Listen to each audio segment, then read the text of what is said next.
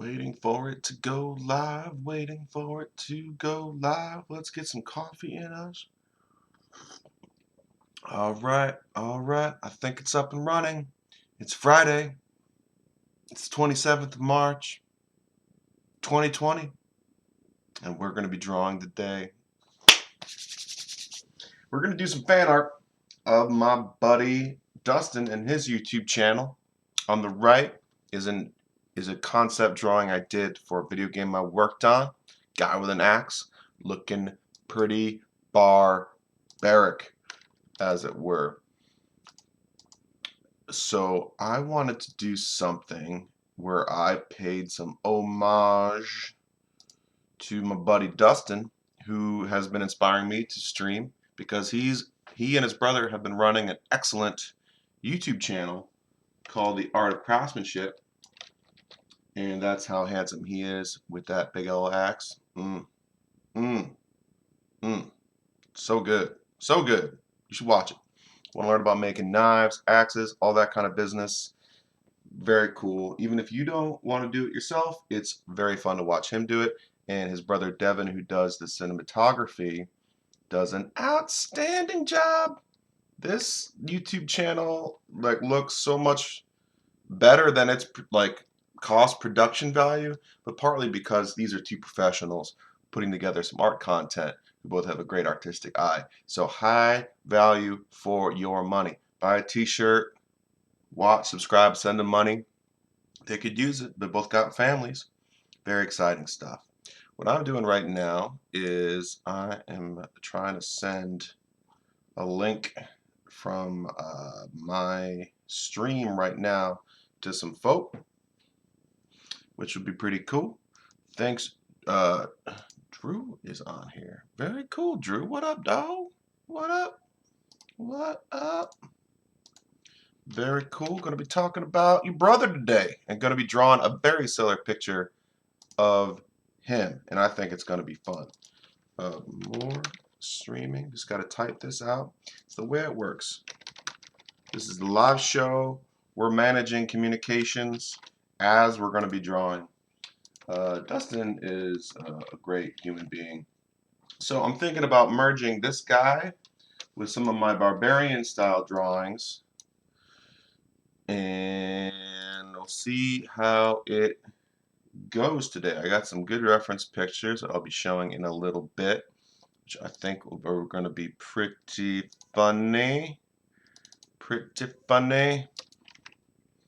Like Apocalypse Dustin, I think, is going to be the base pose for this drawing. Yeah. But he's got this really clever gas mask eyeball covering situation going on with glasses. And I'm going to delete that and then incorporate his actual face. And that's his wonderful daughter. So we're going to incorporate his face. It's going to be kind of funny. It's going to be kind of funny making a warrior Dustin because he's always so smiley and happy all the time. I have to come up with his war face. Ah! Ah! When I draw this guy. So we're going to imagine what the war face is like as we draw my man. My man.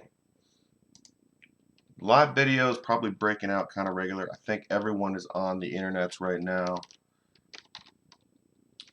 Yeah, like even searching stuff in crazy times. It's just like the whole internet is just barely chugging along.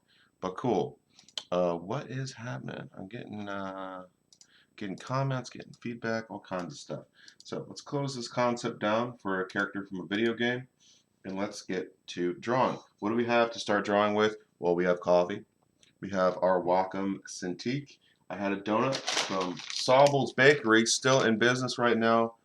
Best donuts in the Mid-Atlantic region, I'd argue. I mean, fractured food's pretty good. Like it's a different thing. Like if you need to go somewhere and just get a dozen donuts right away, Symonds, family-owned, run bakery, and Black Rifle Coffee Company, just black, veteran-owned coffee company. They make good stuff. I think they're out in Texas, Arizona, something like that, out in the Southwest. Baltimore coffee is really good too. Zeke's is no slouch. Zeke's coffee is pretty slamming. I should go order a bag for delivery. I really should. They're awesome.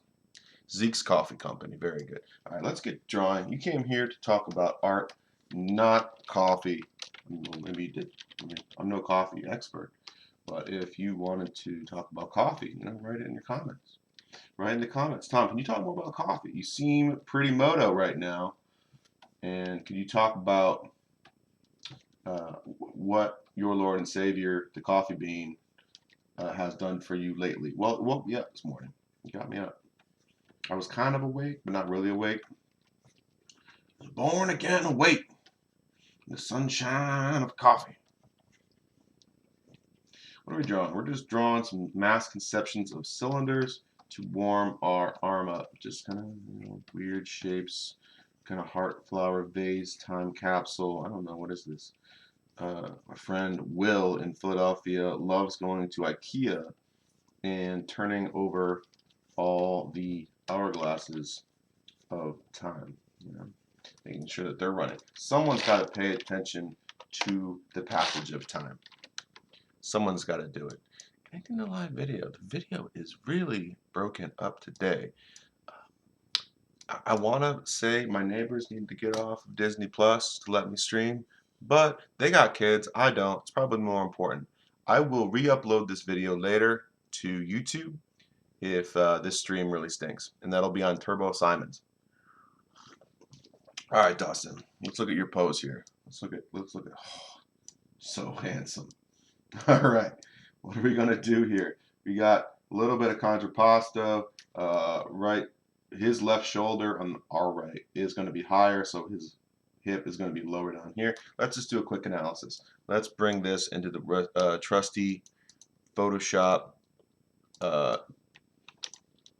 device 9000. We're going to copy Dustin here. Control C, Control V. Oh, there it is. We're going to dim him down just a little bit. We're making him a little transparent. Let's get right into talking about his pose. Where are we going to draw and what are we going to exaggerate today? Well, contrapposto is what I just said. So the line of the shoulders goes something like in that direction. Some kind of bright color. Does that show up? Kind of. Let's go white. That show up? There we go. Rib cage, pelvis, and then the line of the pelvis between the hips is down this way.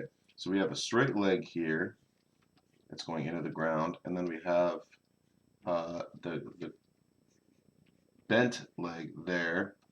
It's the most excellent boots. And then the ground is actually a little higher. So far in this streaming series, we've only drawn characters standing on flat ground. So this is an opportunity to draw it on some uncertain terrain. And then the head is going to be up in this direction. And then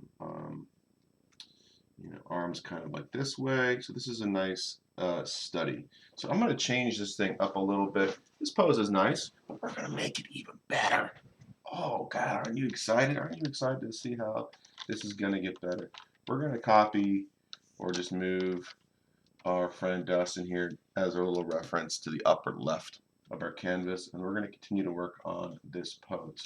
So not bad, just tracing over a character is pretty cool. So now we're going to enhance it. Let's, for one, I don't want him holding just a stick. I want him holding one of these crazy axes that he makes. And I highly recommend going through his YouTube and finding something cool for you to watch. Do you like blades, axes, turning old files into things, forges, fire? Are you into fire? He's got fire. I mean, who doesn't love that? He's got a cooking demo out there about making stew. I think. Maybe I imagined that. Making Irish stew. Man is a person of Renaissance. I want him holding the axe. And since we're in fantasy video game land, let's create a new layer. Let's lighten the original pose so we can see the new superpose over it. So I'm going to have him hold, I'm holding like a big friggin' halberd looking bill, awesome Zelda scale kind of business. And this thing is going to be so huge that he's got to have bigger muscles to hold it. Yes, yes. So we have the prop we draw first, and then we figure out how the limbs, yes, look at the size of those muscles. Oh, this is going to be awesome. Dustin, I don't think you and your family are ready for the level of awesome that this is going to be today. So I'm also using this opportunity to learn about the garment he's wearing, which he knows way more about than I do. Maybe Dustin or Drew can comment on the nature of this garment. I believe he talks about it in one of his videos.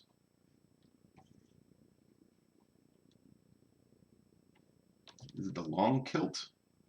I don't know, but it looks warm and practical, and you could do all kinds of activities in it. So we need that calf to be a little bigger.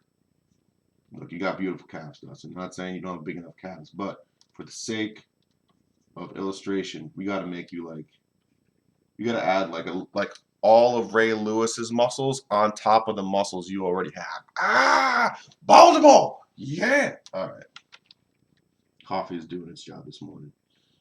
Jacked. And we're probably going to give you some like barbarian style boots with like some leather wrapping. It's going to go all the way around.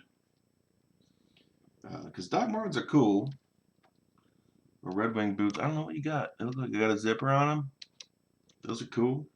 We're just going to have some fun with it. Yeah, there we go. This is feeling pretty good. And then we got to jack up those trapezius muscles. And then the head's coming back like this. And boom. I am already so excited about jacked, super jacked juggernaut Dustin with an axe. With like a, I mean, just gonna do some work with this thing. Gotta kill some zombies. Gotta fight for justice. Take down the evil overlord of these feudal lands. There we go. There we go. Oh, this is gonna be so much fun, ladies and gentlemen. This is gonna be so stinking fun. I mean, an axe head like this is probably 40 kilograms. I mean, he's holding just an inordinate amount of weight at the end of this thing. So when he gets going, when he swings it through, it's going to cut clean through all the demons. All the demons in a line. Oh. Like a scythe. Boom. Pole arm. All right. I was recently at the Philadelphia Museum of Art with my friends in Philly. Sarah and Will, shout out to you too. Looking at their armory wall, all their bills and pole arms, swords, shields, body armor, whatever, knight's armor kind of stuff. Really cool room on the East Coast. Only probably rivaled by the Met, the Met in New York City. Great collection of armor and weapons.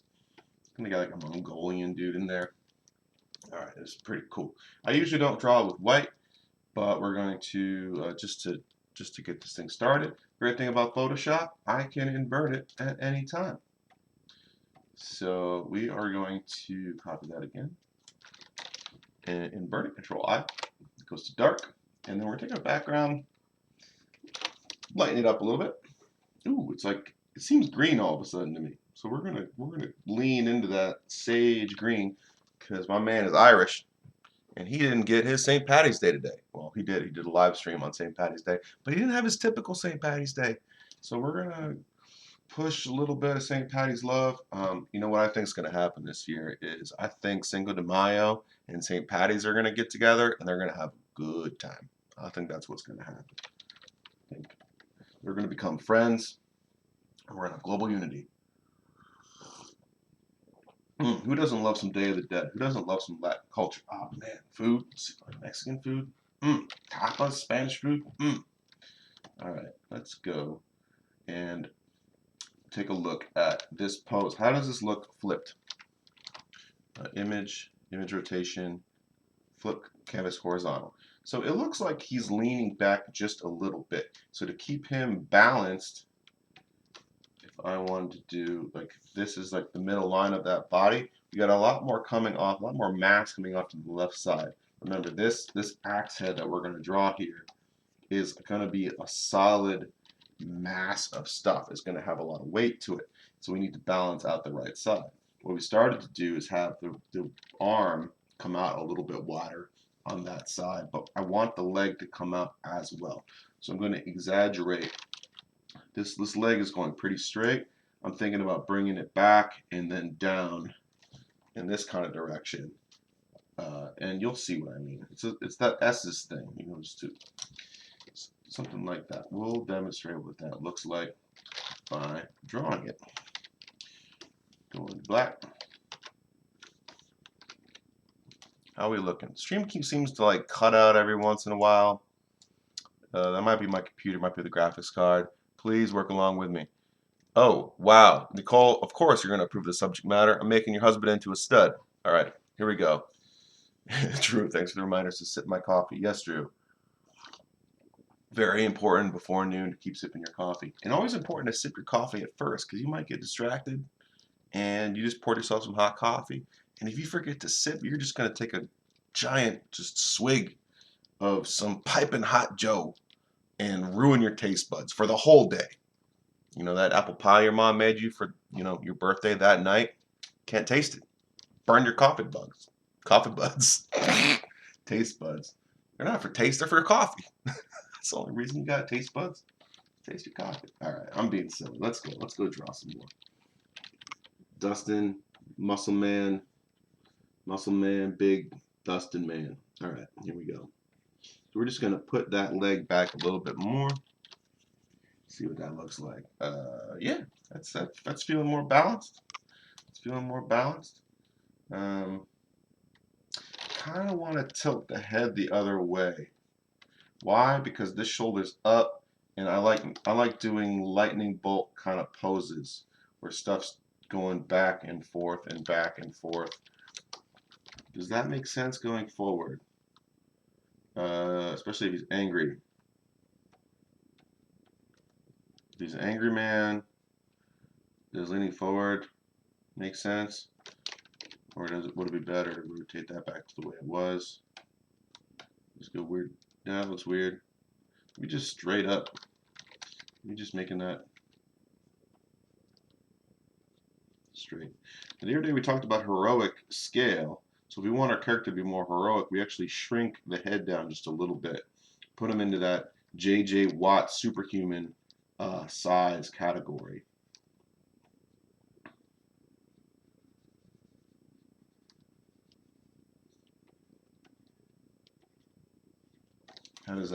How's that treating us? Does that feel pretty good?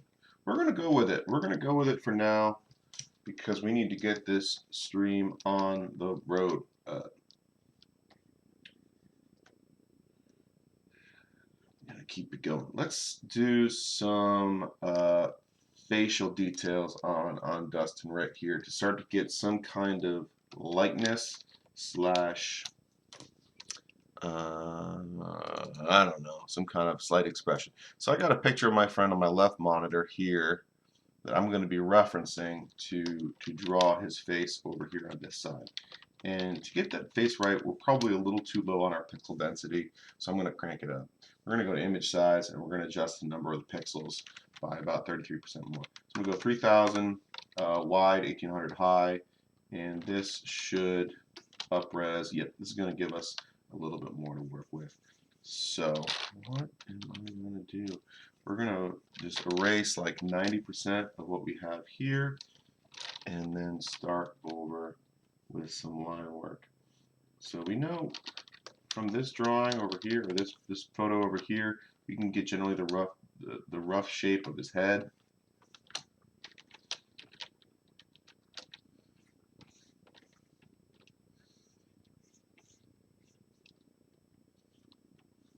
For a while, my man had a pointy beard. We're going to bring that back. So when constructing the head, what do we have to do? We have to figure out where the center of that head is and what angle that's in. So I like to do this little crosshair type shape over the sphere to visualize where that is. And this crosshair is generally the line of the eye. Dustin is a big dude, so in proportion with the rest of his head, his eyes are going to seem pretty small. Like those people, those anime cosplayer kind of characters who have those really huge eyes. Like human eyes are really about the same size across the board. Like your eyeball itself, it's just the size of your head and your hair and everything else in relative to those eyeballs that makes it either seem big or small. So by making his eyes a little bit smaller and narrower, it's going to make him feel bigger. He's got average eyebrows. We're going to give him a little bit more exaggerated kind of up motion. So this crosshair is dictating the angle or the vector of where that nose is going to come out from. So we got our handsome Irish nose here.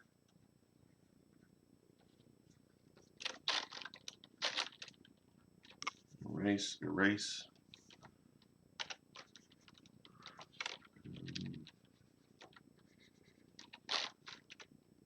Kind of do the shape of the eyelid first, and Dustin has these thicker, dark eyelashes, kind of like I do. I've been told I have longer eyelashes. I'm not really sure. So, but his are even such that he has dark eyelashes, so it looks like he's got like Captain Jack eyeliner on all the time. But it's good because you can see his eyes a little bit better. And then we're gonna draw those in nice and thick.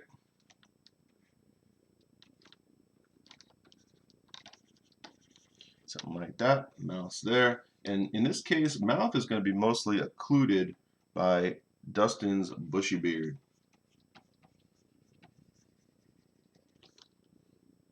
Pay attention to the direction of the hair in his beard and also where it comes in. So you can tell, just real quick, I'll show the picture I'm drawing from.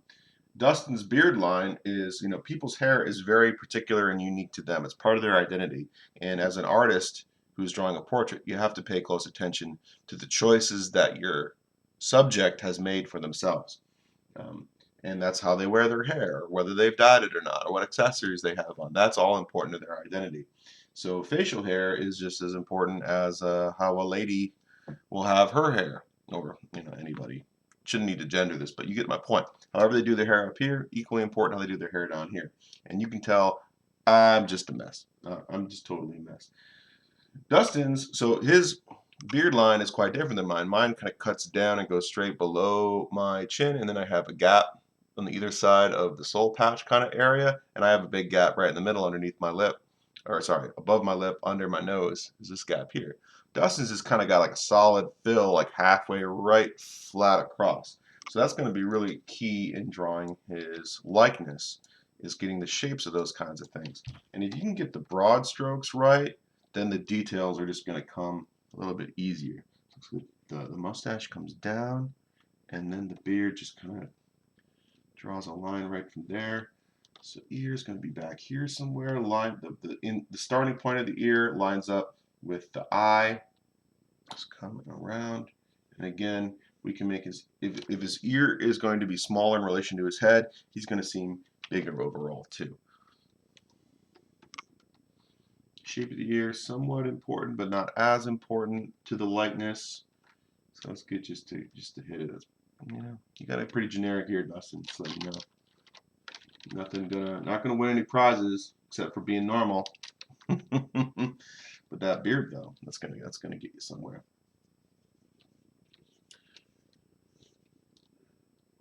My man. All right, here we go. It'd be really good if I had like a more profile shot, but that's okay. And we'll give you a little bit more up top, buddy. We'll do that if you want. I'll help you out. And since he's going to be like Viking angry man here, we're going to give him like a nice vein kind of popping out on his forehead. He's thinking about all the skeletons and demons and midnight walkers. He's got a sleigh tonight to keep his village safe.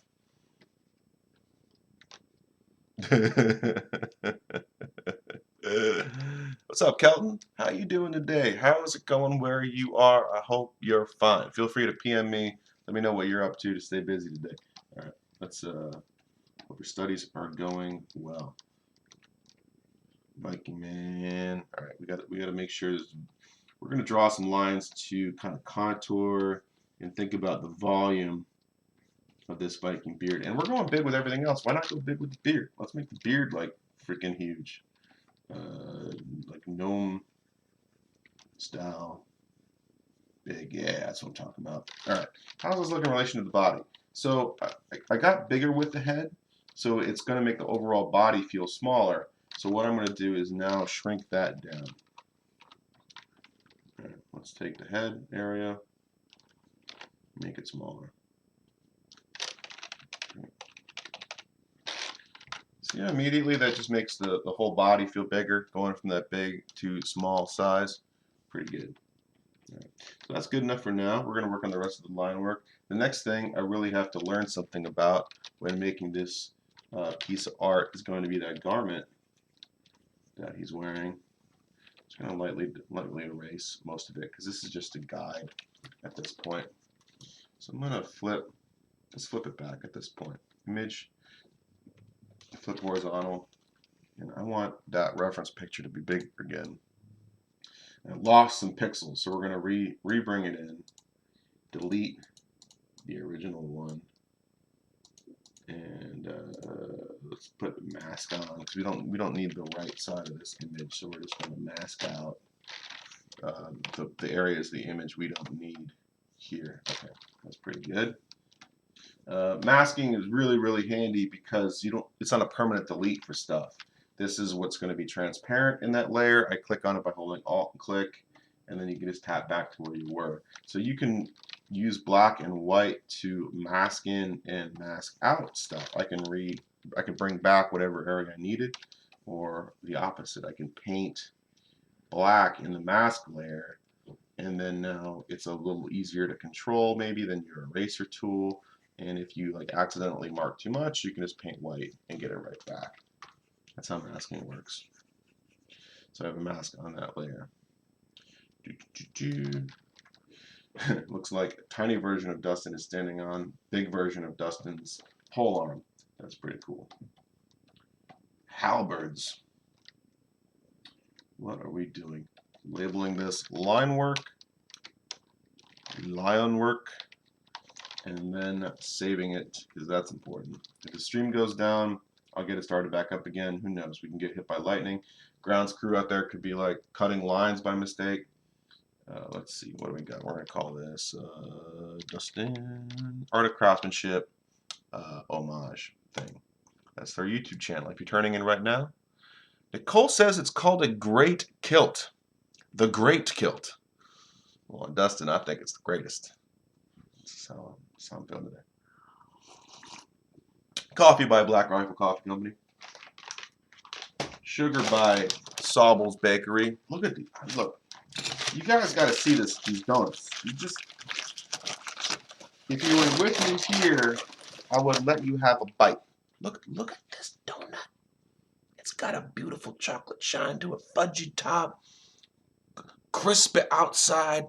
It's just gonna leave crumbs. Oh, look at that. Look at that. Beautiful. Oh, it's soft and gooey on the inside, but a little crispy on the outside. That's what you want in your mouth if you're not a diabetic. We're gonna eat that later. I already had one.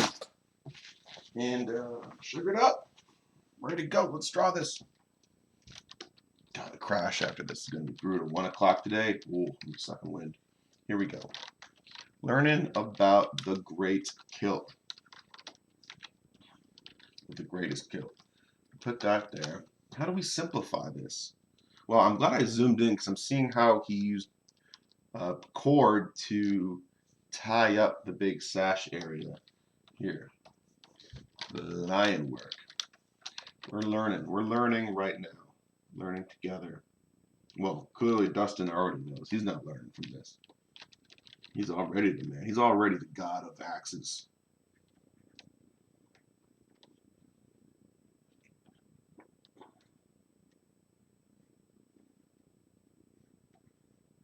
I'm trying to simplify a few of these folds into bigger shapes.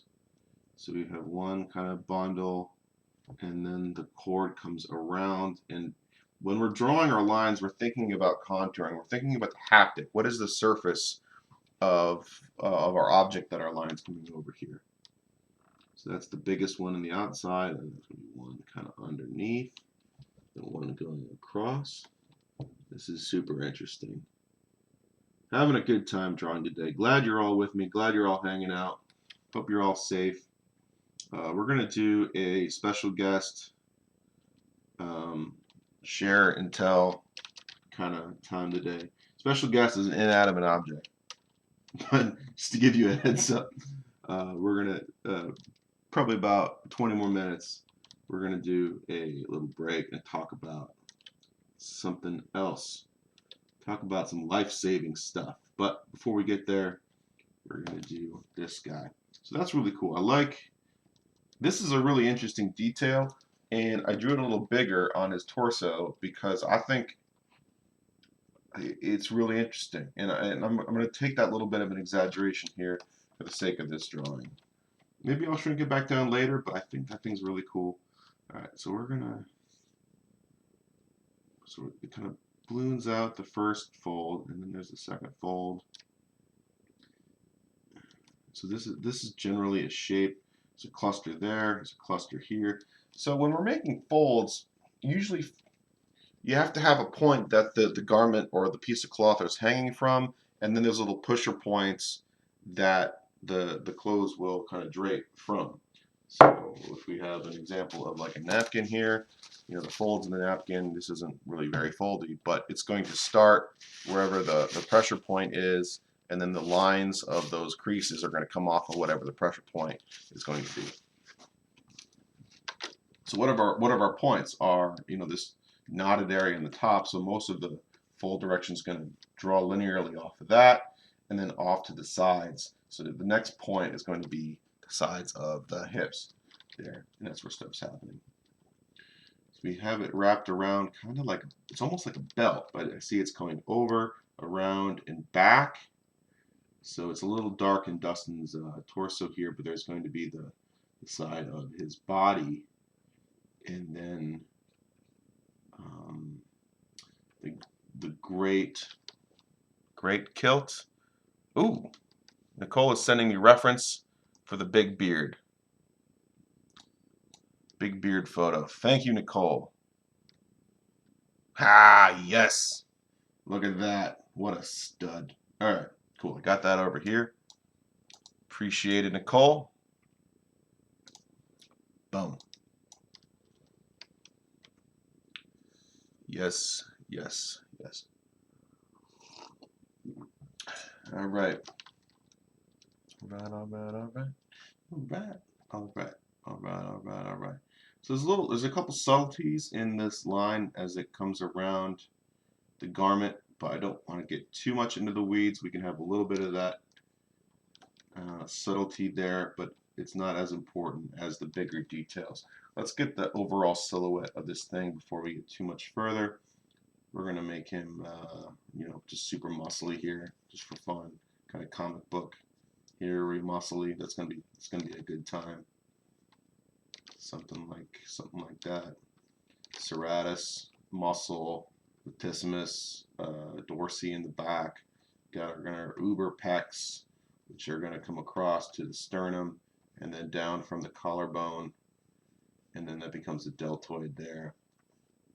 And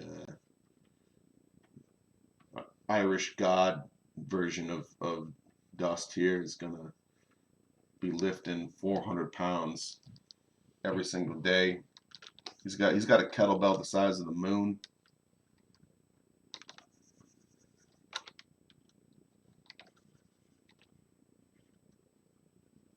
There we go. So we're not going to pose the hand there, but I don't think the hand not being there affects the garment that much. So we're just going to keep going with it. So it comes around there. This fold's pretty complicated. Can I simplify it out? You have the main shape that comes here and flattens, and then it folds underneath, so this line continues up and around the back. There's a minor fold there. So this edge is going to be retreating, and then there's like an inner fold where it flips here. So I think what's helping us is the pattern. The pattern is helping guide what direction this thing is kind of going in. I don't want to get too lost in the pattern because it's going to be distracting from the overall form, but just had to work through it mentally. So I'm like thinking out loud, as it were, thinking while drawing. What would a term for that be? Thinking while, instead of saying, out loud means thinking while talking, but what would be, visual brainstorming? I don't know.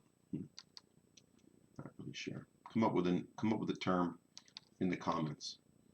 So this actual main shape has a crease in it too.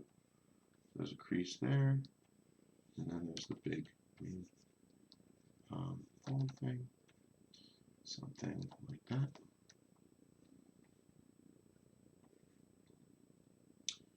And then there's another. This is just a wild garment here. Ooh, I like that it's frayed. I'm noticing that up close. That one edge of it has some fraying. So we're going to exaggerate that fray because I'm sure Mr. Dustin here has taken very good care of his Great Kilt. But if he was battling centaurs in the forest of Rivendell, he is going to be fraying up that garment a little bit. Let's see. Little God of War kind of garmentry here. So that's fun. Just gonna tear that up just a little bit. Just a little bit. Some battle damage. That's cool. Good times.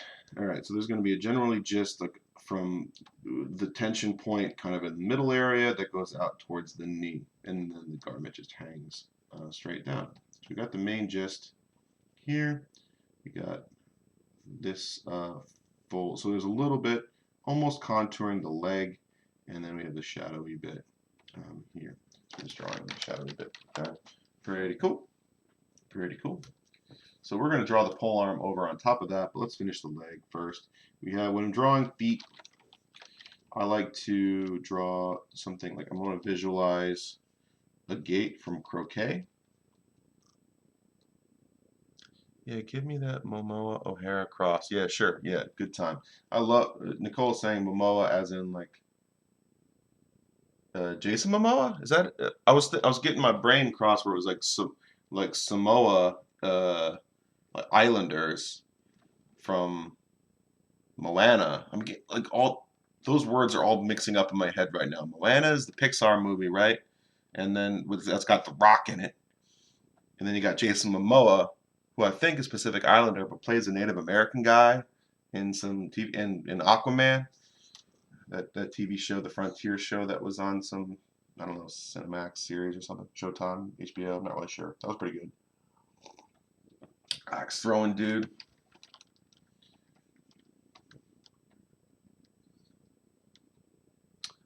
Let's see.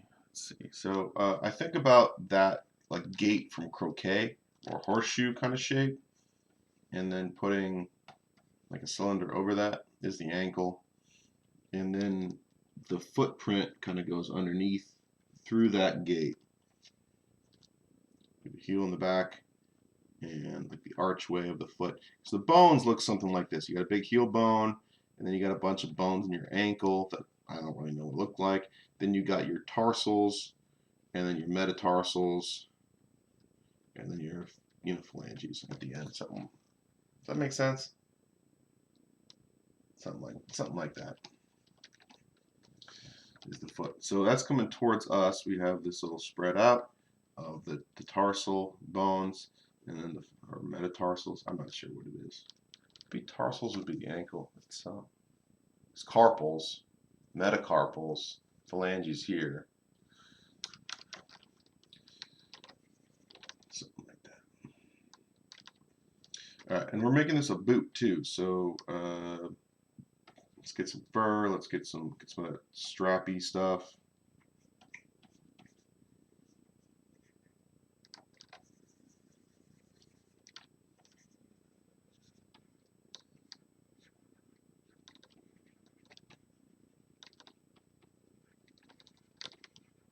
That's pretty cool.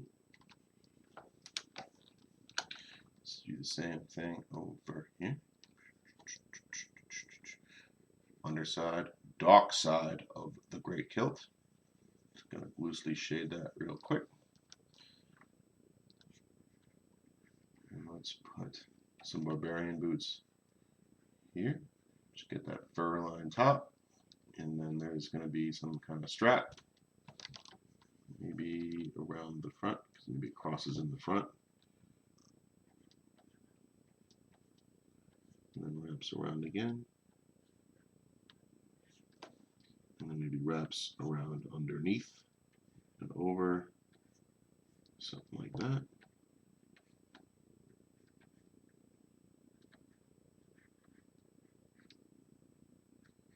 Something like that. Maybe he's lashed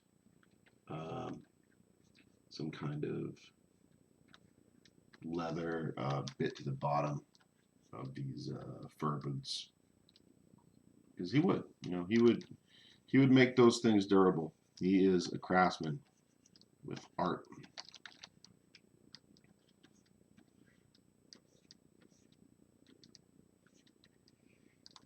That's fun. So we're using the lines of those straps to communicate the contour to the audience, right? And here's got a little like furry bit kind of on the end.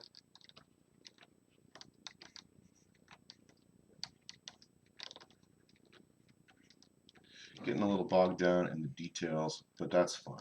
So we're going to get away from this in a second and look at the whole overall. It's going to clean up the silhouette here. We still got to get the weapon and the arms. So, all right, we got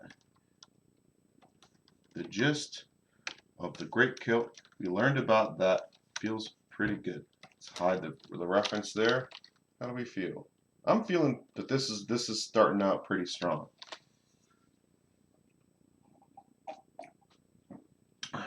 All right, let's get the weapon.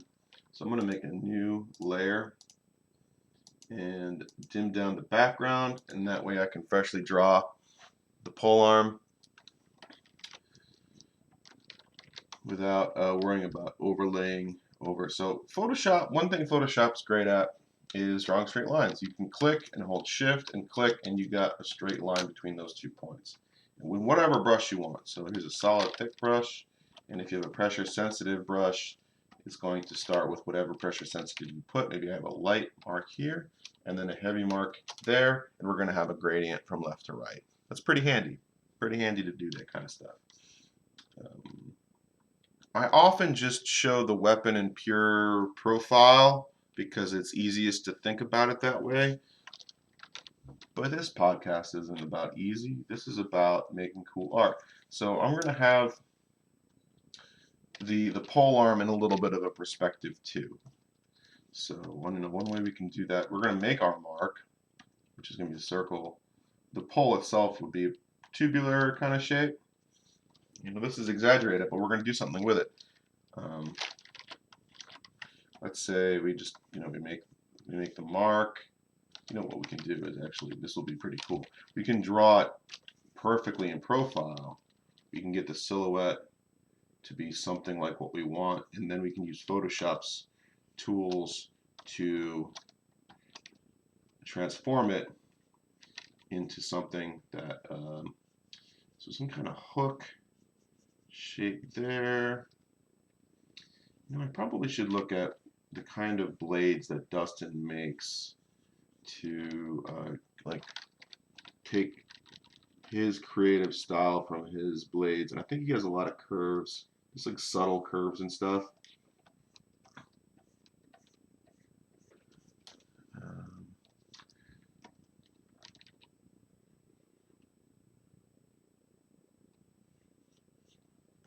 Something like that. That feels cool. That already feels pretty cool. All right, just having just a little bit of a curve to stuff. All right, and then there's going to be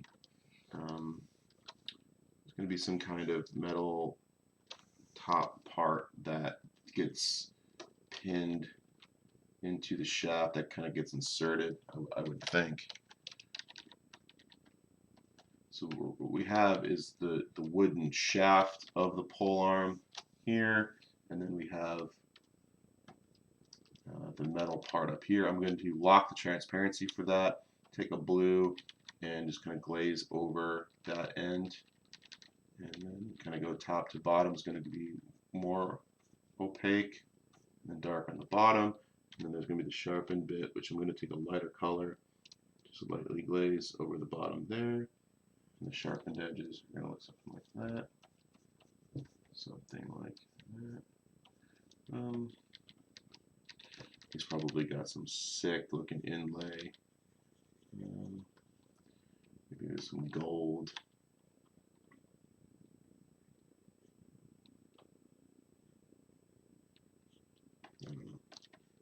We'll worry about that later. And then shadow along the bottom. Draw your wood grain type stuff.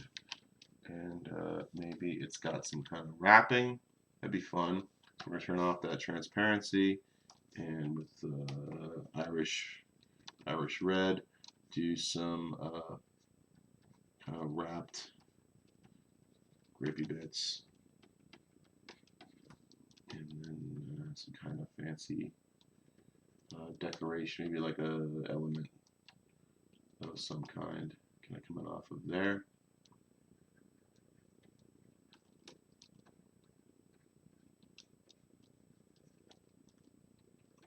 Ceremonial, indicative of status, kind of thing. All right, so I'm getting lost in the details again a little bit, but I wanted to demonstrate that you can draw something from profile view, which is going to be the easier way to visualize, and then we're going to put it in perspective. So that's going to be the blade, halberd, bill, I don't know, something. Halberd. Words are not my first language. We're going to copy that, save the original, let's make it a red layer, and then I'm going to transform this. So Control T, let's move it somewhere we want. We can rotate it. Hey, come back. Rotate that up, and then shrink the distance side a little bit by holding Control, clicking on that point, and it even rotates a little bit up. So we're imagining it's a plane that we are now going to move or manipulate into some kind of perspective. See that? See how effective that was? How kind of quick and easy that is? Just going to give it a little bit of perspective there. Cool. And that just makes our job as artists easier.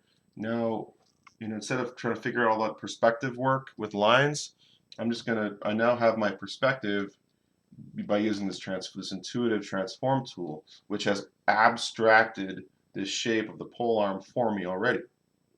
Nice little hit. So when we get around to coloring it, we know our vectors and our heights and stuff. So this is going to be the top side.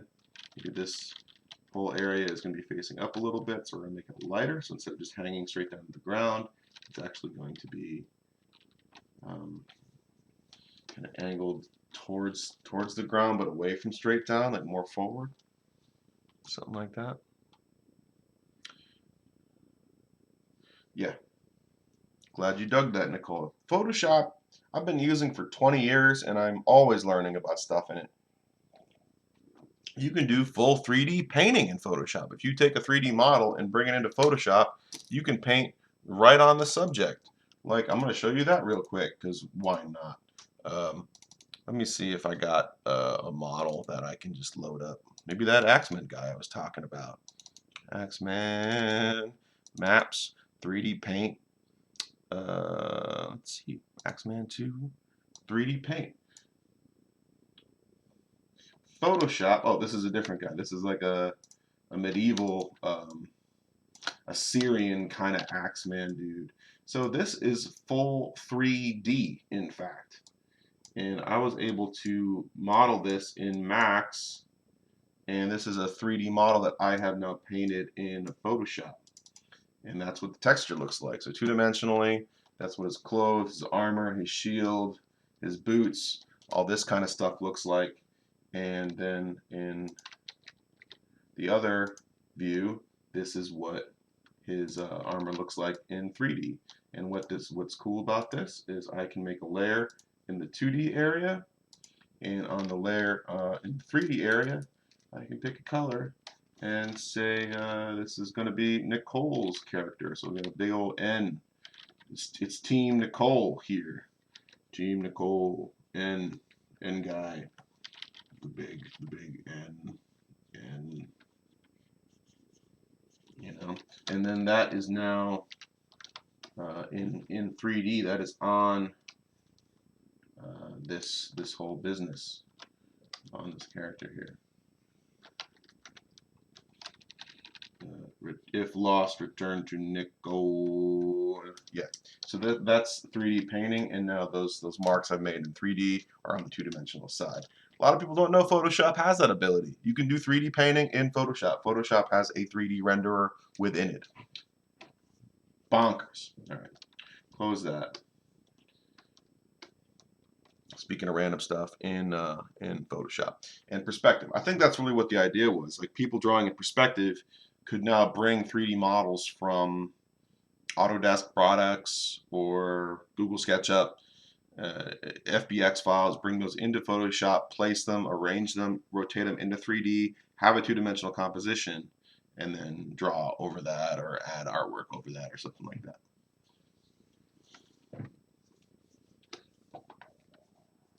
Don't need that anymore. Save. Boom. All right, halberd. So then over top of this, we're going to have a layer where we're drawing the details of Dustin's hands and stuff. So we're going to have the front arm is going to come underneath, and the back arm is going to be on top. So, okay, arm, bone goes down to the bottom of the rib cage, and then for foreshortening this, so the forearm starts as like a conical shape and then ends in a rectangular prism shape. And there's all kinds of muscles and stuff in there, and then you have the rest that comes off of it.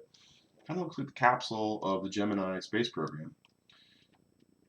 A little bit. So we visualize a circle at the back and a square kind of at the front.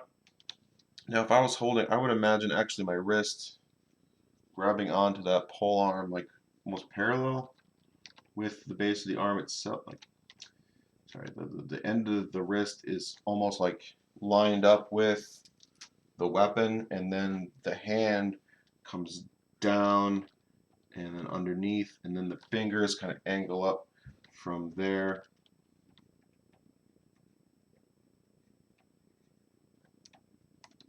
And I want to move, kind of want to move this whole apparatus because yeah, there we go. I want to have some of the details still coming out. Cool.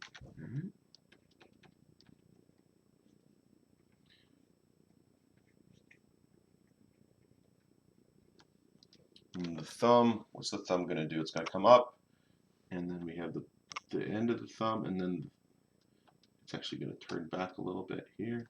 That's the nail. Here's the top of the thumb, and the fingers are all going to come over like this.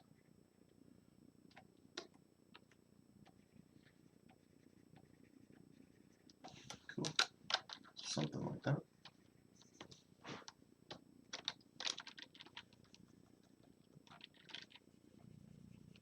So it's going to look stubby because it's foreshortened. That forearm's coming right at the camera. It might look a little better to have this down, just, you know, the arm maybe down a little bit more, and the forearm's coming more out from that. It might look good.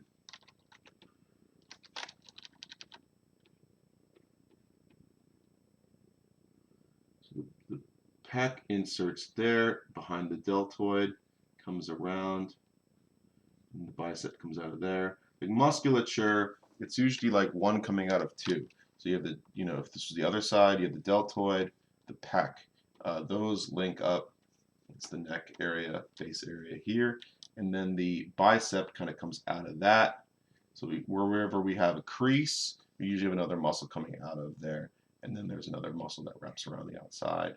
And then boom, something like that.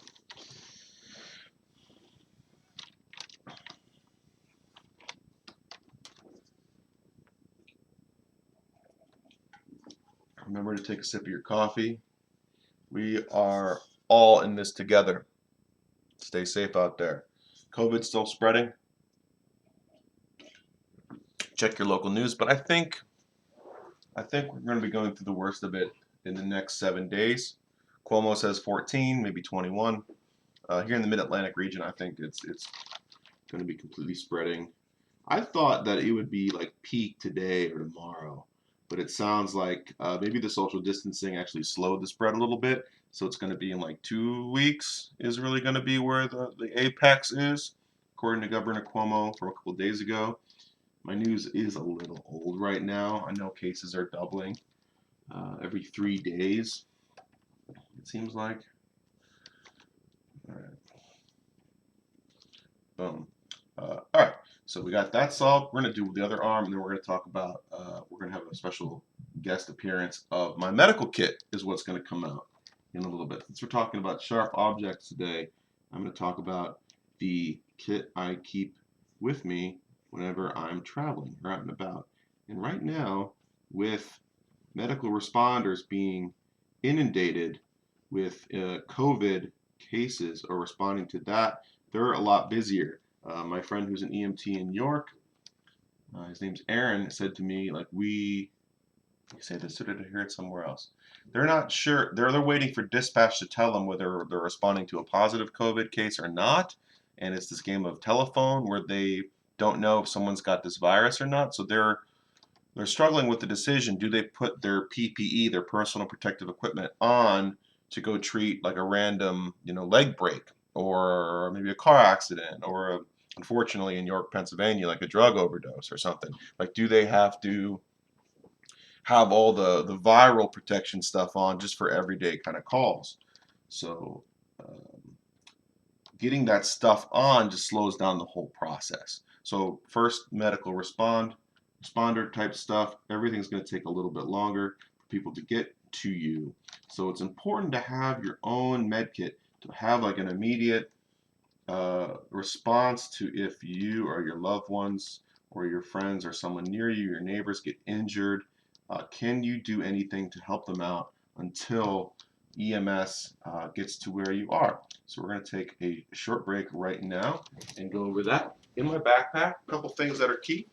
I want to give a shout out to the guy who taught me about first aid stuff, Andy from the Philadelphia Police Department. He's the EMT for their SWAT team, and he does trauma classes in King of Prussia. So in my backpack, I got this in Maine at El Bean Store. On the outside, with just a cinch, I've got cap tourniquet. So I highly recommend look into tourniquets and how they're used. After the Boston bombing and then Las Vegas shooting incident, I saw or heard about how tourniquets could have been used to save more lives. People didn't have them on them. Law enforcement showed up, was able to save some lives by applying tourniquets to people when there's injuries. These things are awesome, and I recommend taking a class on how to use them. Or, buy them now and then do YouTube videos. Buy 2, use 1 to train with, and have the second one wrapped up and kept in your bag. So I have 3 of these, 3 cat tourniquets. I think they're like $30. Don't buy the cheaper versions because they're probably from China and they're not as good. And then I have in Ziploc bags a couple extra things that are important for massive bleed.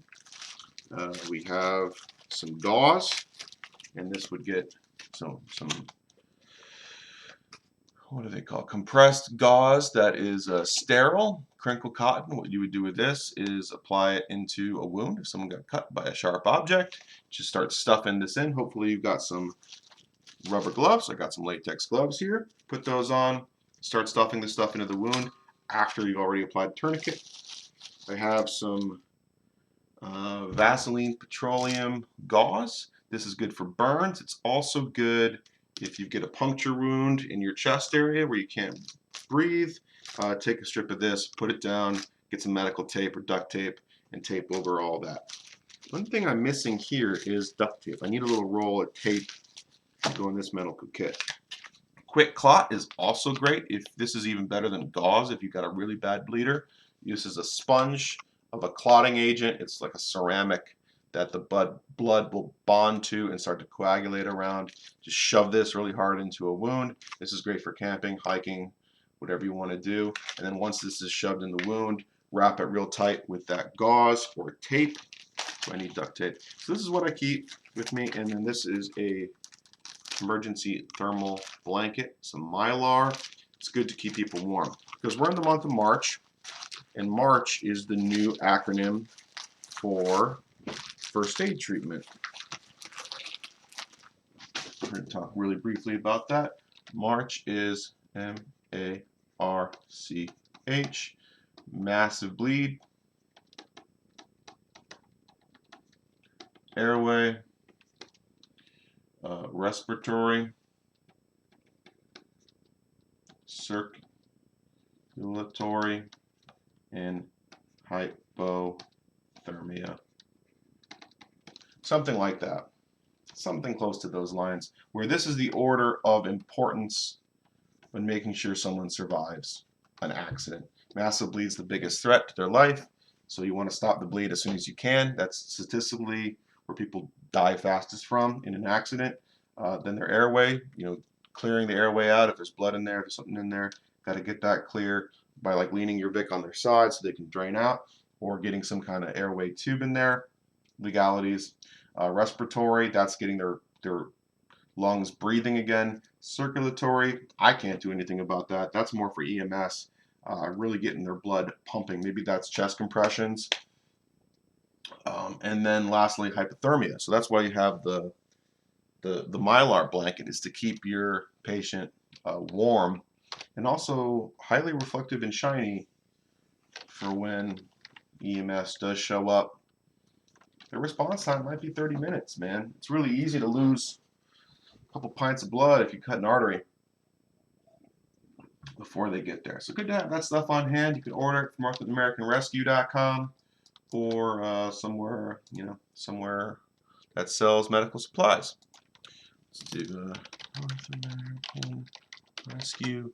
That's where I got stuff from. They're a little controversial because of their tourniquet versus other people's tourniquets, but they have a good product. I think this is a great product, the bleed control kit. I think it's relatively cheap. Yeah, $70, and you get everything. You get everything you need to take care of. I bought a couple of these that have a red packaging for them. This is worth it. Insurance against the worst, right? Bleed control kit. So they make all kinds of great little bags. This trauma kit is pretty cool. They got shears for if you need to get clothes off. All these, highly recommend. If you are a small business owner, highly recommend having a few of those on site. Who knows? Maybe like lightning hits, knocks a tree over, smashes through your roof, and someone gets hurt. It's good to have a tourniquet, quick clot, gauze, and some tape just to keep them all together. So back to drawing. We are now an hour and 13 minutes in, just about hour and 4 minutes. Dave Bruce is here. Thanks, Dave Bruce, for showing up. Hope you're doing well today. Working on the arm, on the hand here. So we have the top of the hand, and then these are going to be the fingers, the digits here. Boom, boom, boom. And thumb is probably going to be hidden underneath all of that. All right. So where are we at? Let's kind of get this thing starting to wrap up, because I want I want you to get on with your day. be creative, do some drawing, and I want to deliver a good product in under 2 hours to you. So let's turn it all up. Halberd's there. Let's make that 100%. Let's take the line work, make that 100%. So we're going to fill in some colors for stuff under between the halberd and the arm. Let's just take a base color for skin tone and throw that there. Pretty good. So that we can see that's layered up. The halberd itself is pretty solid and is easily layering over what's behind it. And then we have the backing line work there. It's pretty good. So we can merge all these together at this point. And that is the line work and then the different arms and layers and stuff. And you know, I'm worried that the left leg probably could be bigger. It looks like the heels are probably lined up. So I'm going to select this boot and just V move, hold shift, move it down just a little bit out. Go back to black color. Hope y'all are good out there. YouTube's got some great first aid class. Be always careful with blades and sharp objects. It's really easy to be chopping some onions. I did it the other night. I got my thumb. I was prepping some onions and I nicked my thumb a little bit. I was like, oh, that was close. Good I was using an older knife that was pretty dull. Otherwise I'd be having some issues. Pretty dull knife. Something to be said about dull knives. It's good not to mess yourself up. I had my bench made just recently sharpened at a knife show, and boy, this thing you can shave with this thing, man. Just pretty nice. Not as sharp as what Dustin can do, but pretty sharper than I've ever had before. I had a guy like $3 with a big gold grinder and all kinds of stuff. Got me a really good sharpening job. So what we're going to do to accelerate this illustration here is make sure the outer silhouette line work is solid. So we have a constant line around the outside and correct any like stupid mistakes that we might have. Clean it up just a little bit there. Solid line. Solid line. Boom, boom, boom. We got a perimeter. Why do we need a perimeter? Because we're going to be color filling this drawing, and it's easier to use the magic wand tool to select the object if the object is solid.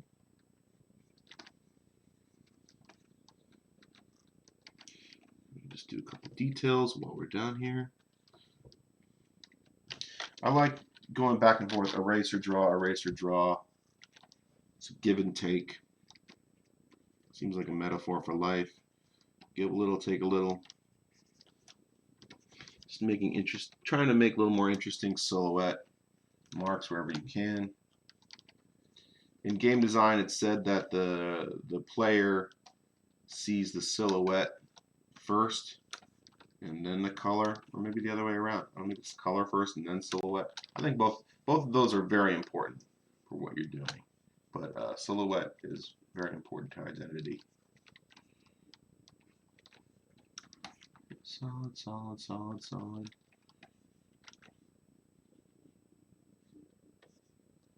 Do that little chiseled look to that arm there. Kind of subdivide the tendons a little.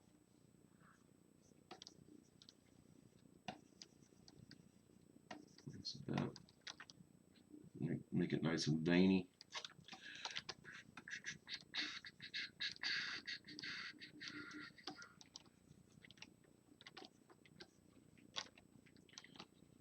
Collarbone, something like that.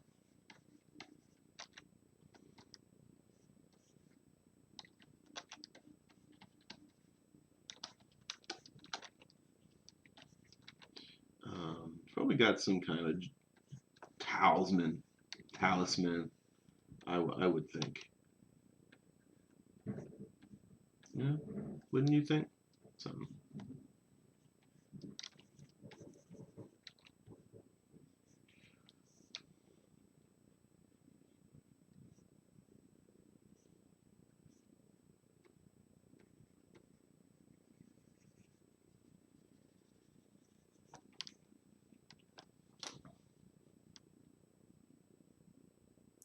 Were the pickles good? The pickles good. Oh, at the show? Um, yeah, they were good. If Dave Bruce is asking about the pickles from the knife show, I was at knife and gun show. Yeah, pickles were good. I'm not sure if that's what he's asking, but if he is, it's always the pickle guy at those shows who's selling crazy pickles. We got some spicy pickles. We got some pickles that had some meats and cheeses stuffed in them. They were pretty good.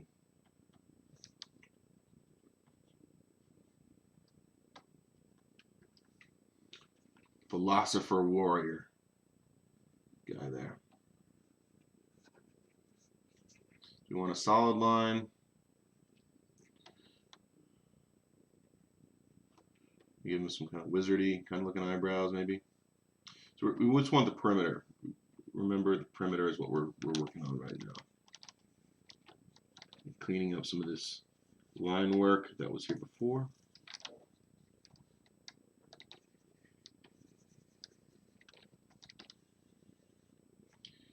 What's this part? This part was some kind of fold, right?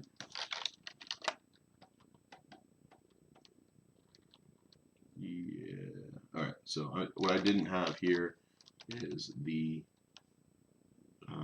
strap, a little bit of twine or rope. I'm not really sure what he used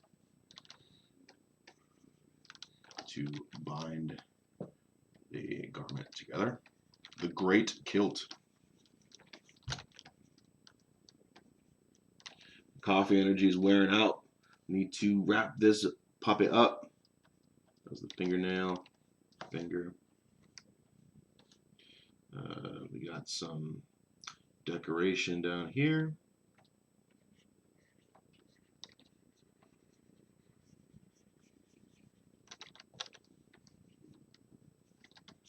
Negative space, maybe in this area. Elbow, something like that. Why does that thumb look so weird? Thumb looks really weird there. It's alright, we'll work on that later. Halberd.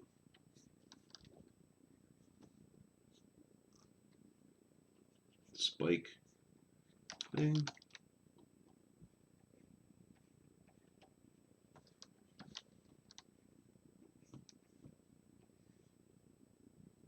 Arrowhead looking bit.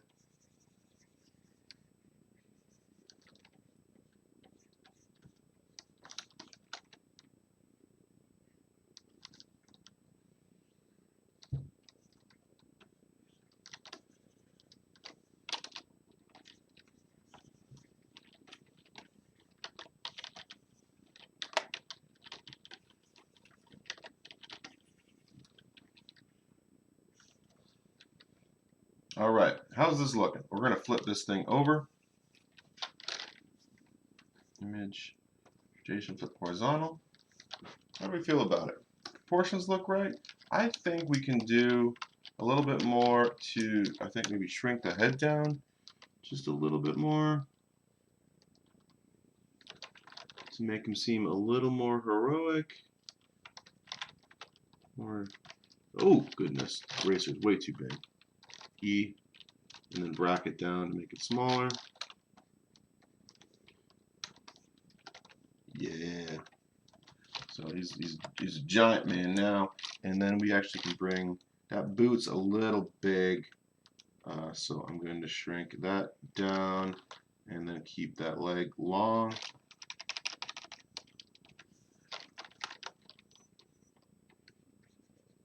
Big old calf muscle there. All right, something like that. How's that feel? And then imagining that we're going to have some terrain there. That'll be a different layer, I think. Terrain will be a different layer. I kind of want to make this other leg a little longer too, because I want to keep the heels that for. Oh, this foot's actually is behind. This is a very complex kind of terrain thing that he's on, because it's a slope, and in Z distance, these feet might actually be the same distance away from us, but one's up and one's down, and one's going to be on a hill. So if the hill's kind of coming up towards us, this heel's going to be lower. It means I need to flatten this whole foot out a little bit more. So I'm going to lift that foot up maybe like this, the front end, because it's going to be more direct looking at us. The heel's going to be lower, and then we're going to see more of the bottom part of the foot, not so much the top view of that.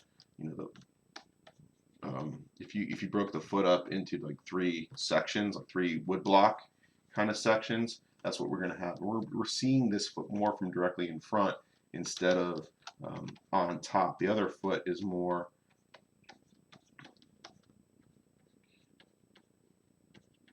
on top, looking down on it, and the other one is looking more straight forward at us,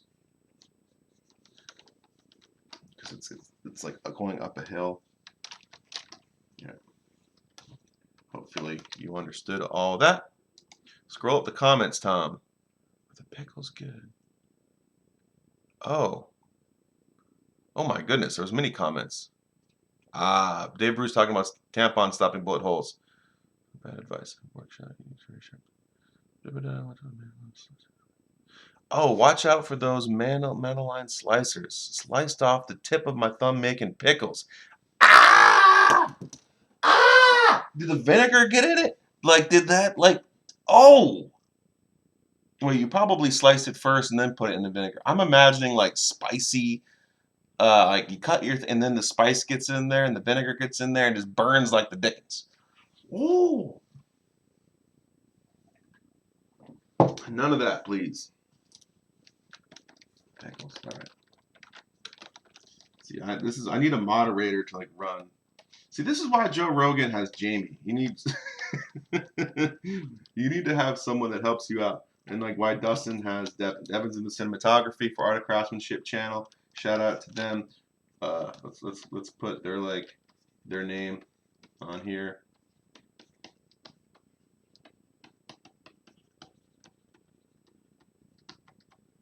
Art of Craftsmanship, their YouTube channel.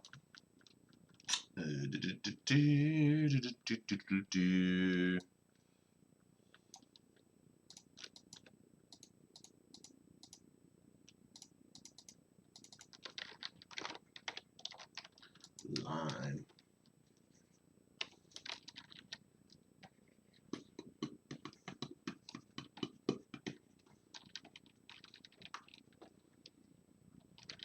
Got 30 minutes or less to do all the color work here. Cool. Cool.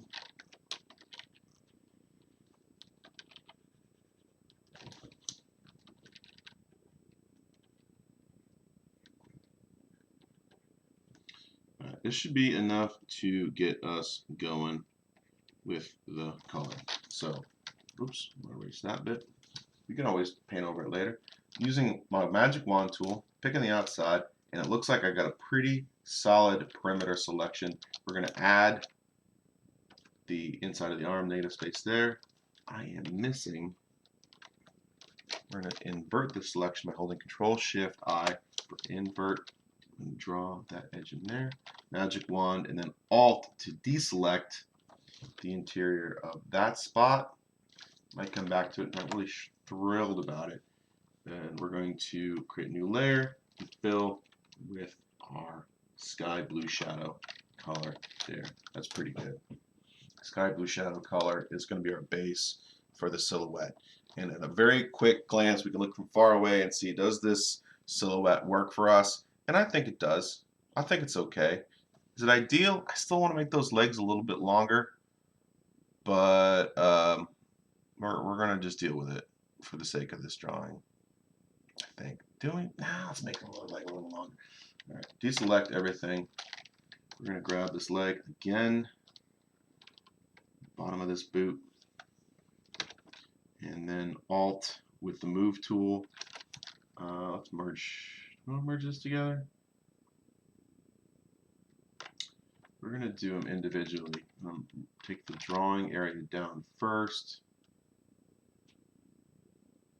to there, and then the color layer. It's going to go follow it. Select the color layer area, move that down, and then use just paint in the color layer. The silhouette for that leg. Yeah, I kind of like that a little bit better. I like that a little bit better. All right.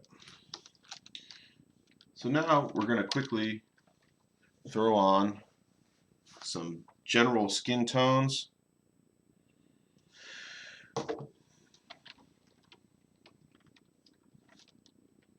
With a tom brush, it's going to be like a warm, darkish, pinkish red kind of color. And airbrush, not airbrush, I don't want the airbrush tool. Soft round, no, just tom brush is fine. Just lightly and glaze over. Oh, forgot to do something. Forgot to turn on lock transparency. Just going to lightly glaze over the areas that are skin or beard, hair.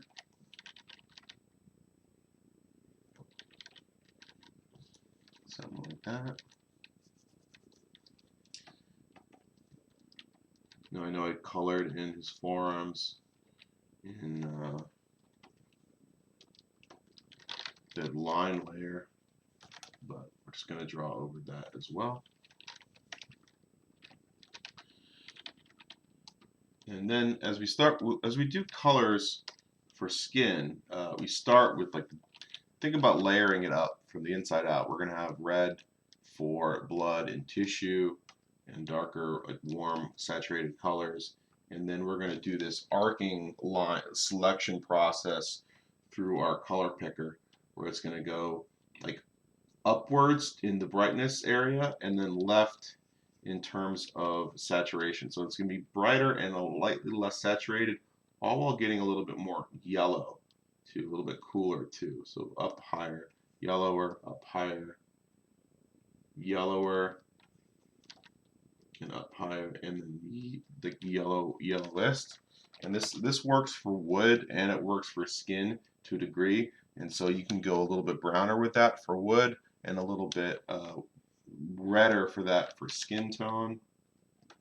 And then maybe you want to do there's going to be some areas of the skin that are going to be pinker, and then some that are going to be, if there's like hair follicles underneath the skin, like if a guy recently shaved, you actually throw in a little bit of this slate green, and that slate green over the red cools it down and gives it that like 5 o'clock shadow kind of look. And it's very lightly, and then you can pick that color and then you have it.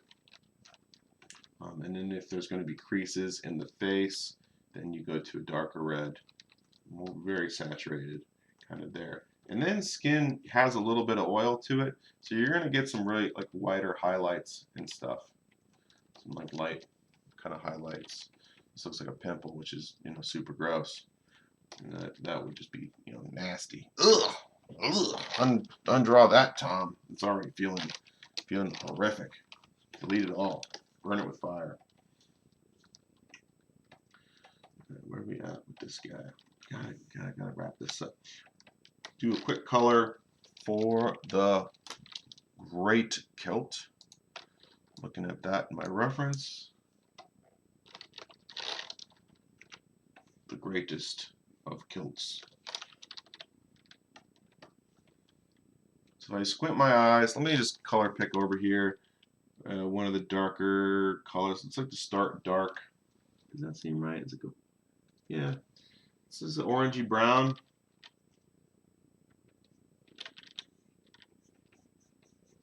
Starting with that.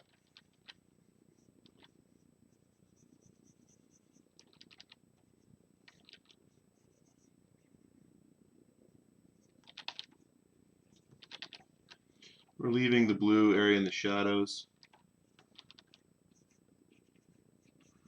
And then we have some like darker line.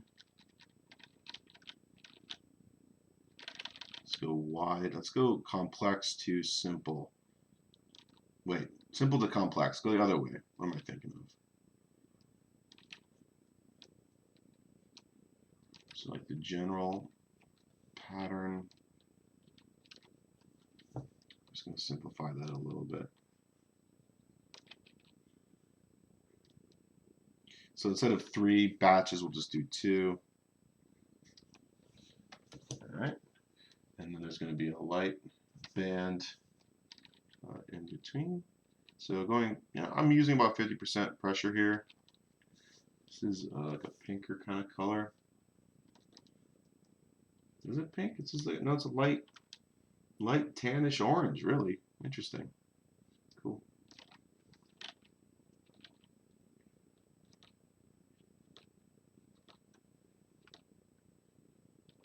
It was weird in my head. I thought of this as being more green. As I'm painting it, it's really just tan and lighter colors, which is interesting. I guess I was seeing the green of the grass, and that bounce light coming up was triggering green in my mind. Sometimes, like what you think, you look out at grass in the real world and you think, oh, grass is green, right? And you draw a grass green, but if you really look at what's going on out there, it's really like a dark yellow. Like it's really this color, and that is clearly in the yellow group, but it's a desaturated yellow. And sometimes that triggers, at least in my mind, that triggers as a green. I got into a big argument with my buddy Dorian when we were color picking stuff and talking about art direction for a game we worked on, and talking about how the grass is really yellow as painted as it comes from Photoshop, which is weird. Dustin's also a trained landscape painter. He knows a lot about landscape painting and color in nature. It'd be fun to do, if you did a plein air painting demo someday. That'd be really cool. I'd watch that video.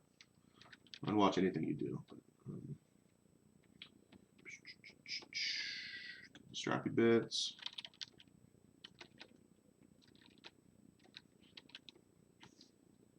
So we got like a yellower color that goes through the middle of the dark lines.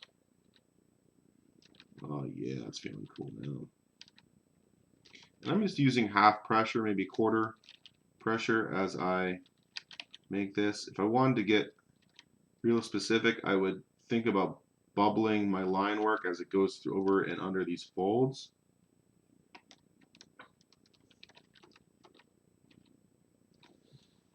Something there. And then it's going to get kind of dark, kind of in the purple spectrum in the shadowy areas. And that's fun.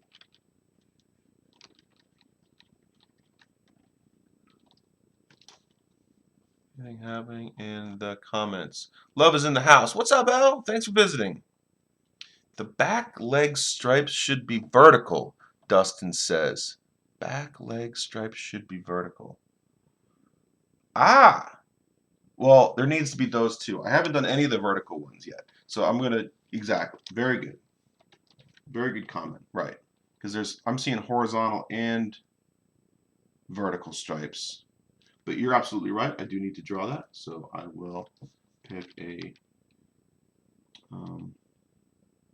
vertical line. So we have like the general, like light verticality that's flowing down the front.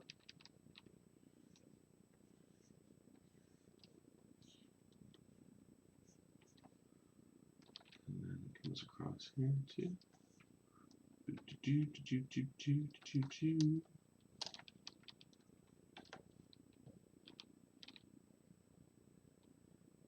So I want to maintain like the contrast of what's going on underneath. So I realize as I'm drawing this, it's not rendering the way I want it to. So I'm going to switch my drawing mode to overlay and pick color under there, and that should maintain some of the details as I draw over it. thin, thick. Yeah, that's doing a little bit more what I want. Something like that. A little less saturated.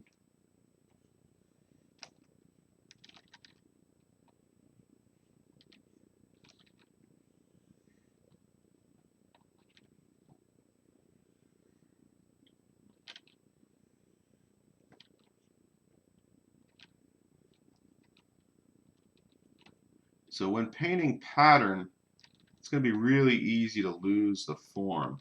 So now that I've gotten the pattern somewhat started, I'm going to be reforming over it to in the same line. So let's get a couple of those lines in there. Feels pretty good. Normal paint. Just want to hit a couple kind of lighter areas here. We can take our screen brush and just pick like a middle warm light type color. Let's merge the color layers together. And I'm going to use the soft round brush to kind of airbrush in using screen. Just brighten that up a little bit. Brighten these folds up just a little bit. So screen is going to maintain the color and contrast information and just affect the whole thing. Multiply over the whole thing just a little bit so we can get our highlight and then our fold.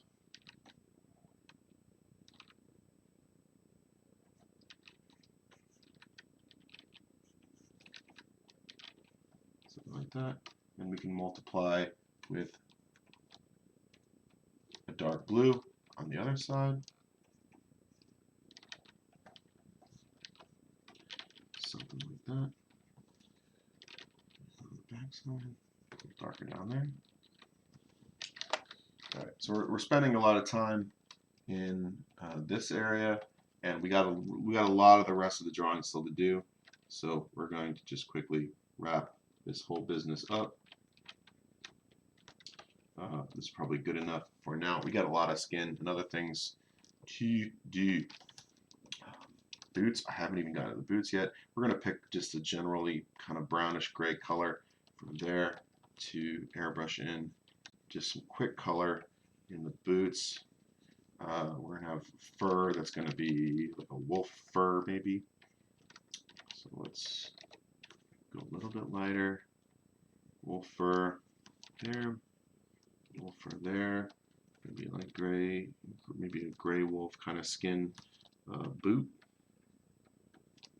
And then brownish leather, maybe a tanned leather strap.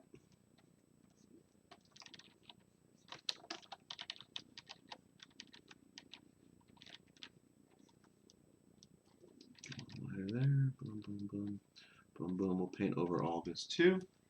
Hit the highlight. I'm thinking my light source is going to be over in this area here.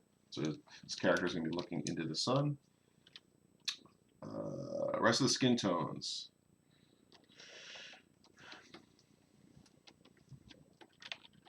So like I said, starting with the darker red color, we can leave some purple blue in the background area. The shadow side, just for now.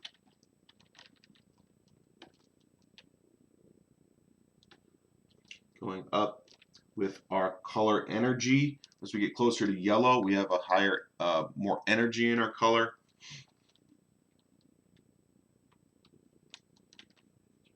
So, in terms of light transmission, we're talking about higher wavelength, right? Like red is the longest wavelength, the slowest moving, and blue, ultraviolet is going to be, higher, faster, more energy kind of stuff.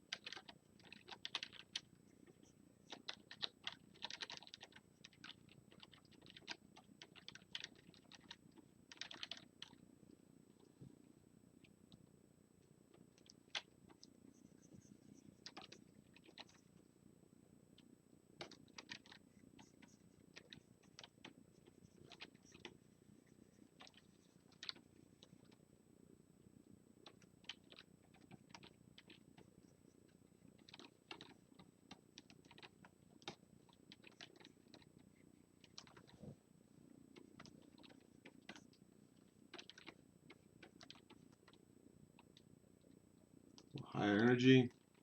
It's going to be more yellower for the skin on the forehead and like the top of the cheeks, but underneath the rest of the cheeks going to be redder.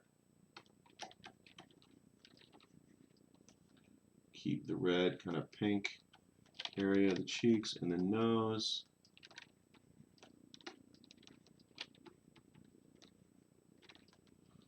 And then go lighter, higher, top of the cheeks, forehead. Alright, we're going to start with like a little bit of cream kind of color. A little cooler on just a little bit of cool on the shadow side. I like this color. It's like light cool over the red. It's fun.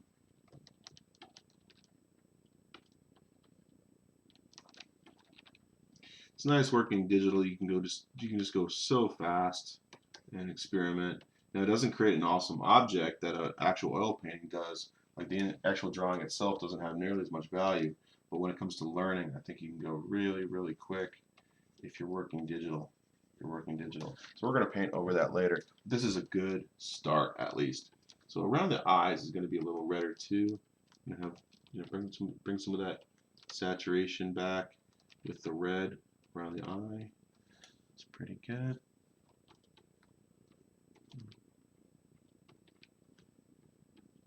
Something like that. Okay.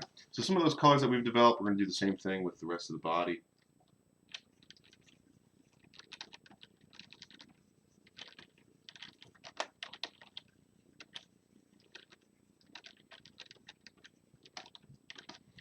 And at this point, I want to start painting over those arms too, so we got to merge those layers.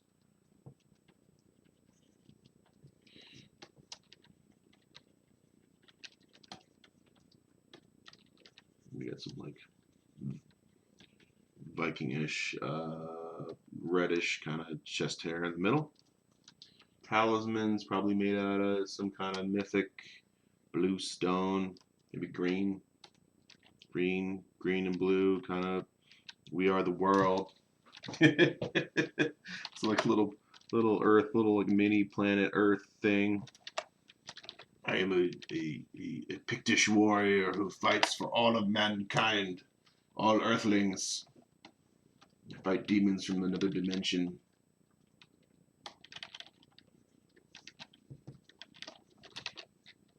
Yes, feeling good. A little bit of skin tone over to exaggerate the inside of that calf. Pretty bad if.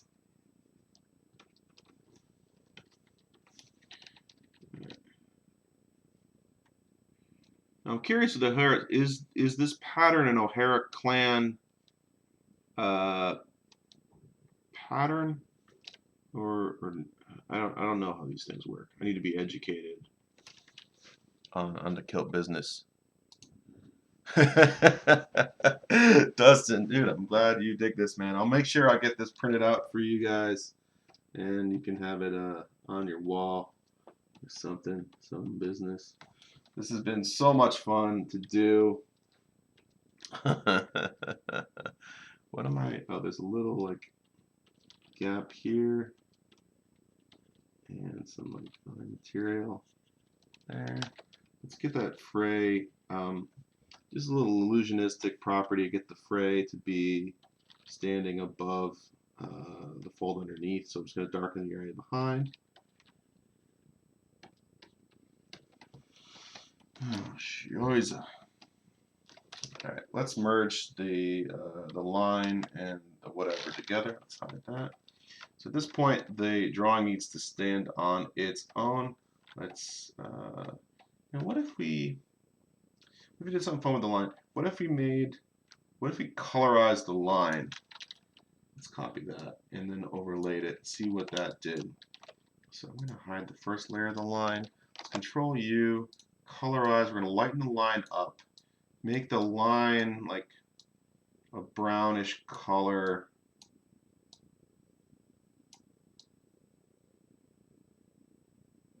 And what happens if we multiply that?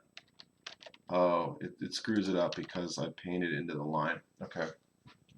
Otherwise, that would work. Like making that line layer brown actually helps with the drawing a little bit, but it doesn't work because I screwed this up. I'm gonna have to do that for another thing.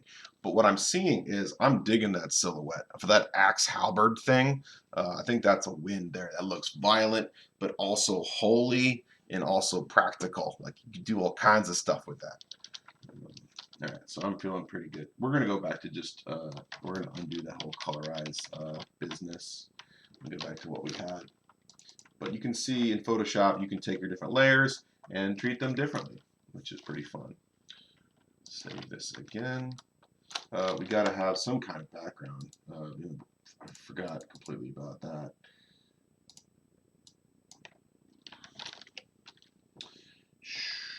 All right, just airbrushing in. What is Dustin? Dustin has, it looks like some kind of lake behind him, some Loch Ness kind of thing. And of course, the Loch Ness monster is going to be there. Like, what's up, dog? What you doing? You making knife demos? Can I hang out?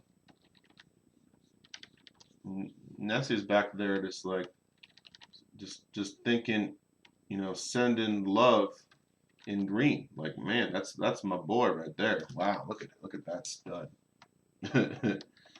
Yeah, that's what we gotta have going on. I'm gonna do another drawing when, you know, Super Dustin's gonna be riding Nessie around Loch Ness. That might be in Scotland. That's probably not even Ireland. I'm getting all mixed up. Okay, so we need another layer for more stuff. Let's get some lime green, or dark green, for some grass, and then there's gonna be grass and like trees and stuff behind there. And the lake will be a little brighter on the far side of the lake, and be a little darker, a little cooler on the front side of the lake. Right? That's how it works, right? Yes, lighter on the front. Sorry, lighter on the back, because you're reflecting more sky. Something like that. There we go. And then we need to make like a sage. Like there's some kind of background, like hill thing. Right there. And then there's a really pale blue sky. Back there. And then, lighter.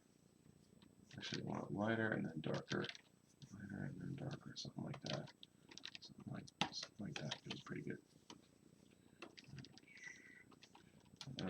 Cool. And then the grass is going to get lighter as it comes towards us. There's going to be some roots and dirt and stuff. Sorry, I'm talking quietly as I think, because thinking is hard. So he's got, and then some shadow. It's going to go a little bluer on the shadow underneath of where he's standing. Cool. And we can draw some grass and all kinds of stuff. We'll get to that later. At least we just needed some quick colors to frame Dustin in with the background, so it feels like he's in some kind of environment. Let's merge those two together. Nessie is in the background, hanging out. What's up, girl? You making waves today? What are you doing?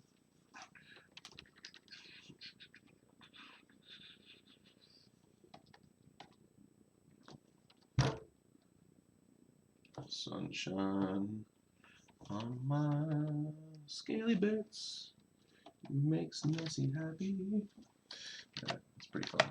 It's gonna bite your butt, man.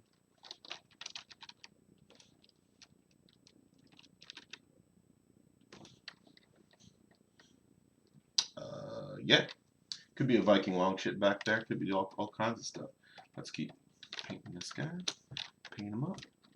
Oh, you know what time it is? It's time to flip the canvas. All right, how's it doing? Still holding up pretty well. What's the comment? Yes, it's got a crush. That's right. That's right. Nicole's saying don't forget the nips. We can do that. We can do that for you, Nicole. We can do that. So a little darkened man nip area. Oh my goodness. Some belly area.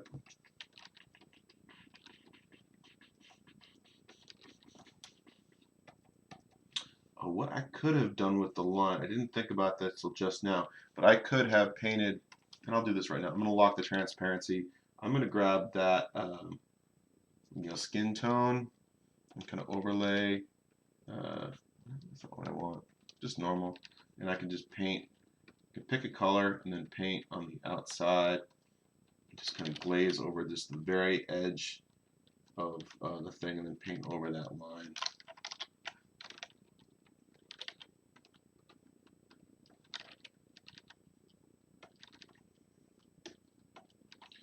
So this would be the edge of the lac here.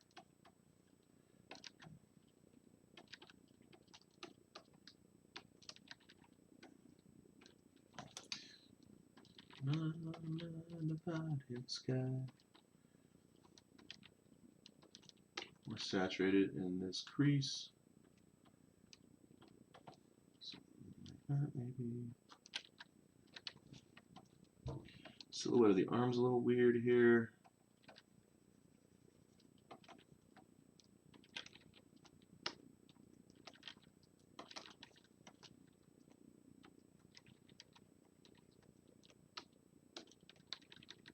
Green.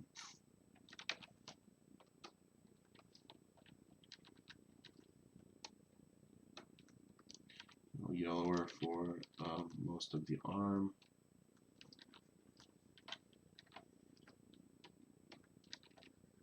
So you see, when you paint something just a flat color, like let's just say paint skin tone for this forearm here, like it's pretty boring. But if you start deep saturated red, let's make this color picker even bigger so you guys can see a little bit more what I'm doing here.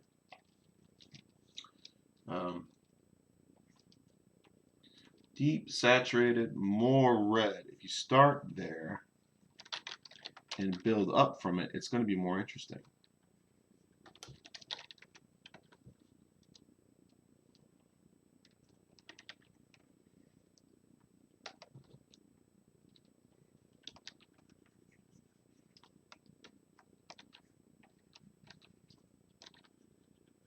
Admittedly, my forearm anatomy is not as good as some other parts of my anatomy. It's so complex. I get overwhelmed by all the business we have going on. There is this one, the major kind of twisty muscle comes from outside of the bicep and comes around to the front. And what that's doing is twisting your arm around, like twisting the radius, which is the front bone, around the ulna in the back. So knowing that, I'm going to think about this muscle that's crossing over from the outside of the bicep to the front. Maybe I'll hit that with a little bit more of a highlight.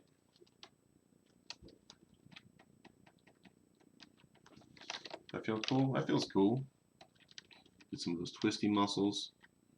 Clearly that's what's kind of going on. And where the skin gets tight, it's going to force a little bit more blood to the surface. So that's why joints usually get a little bit more redness to them.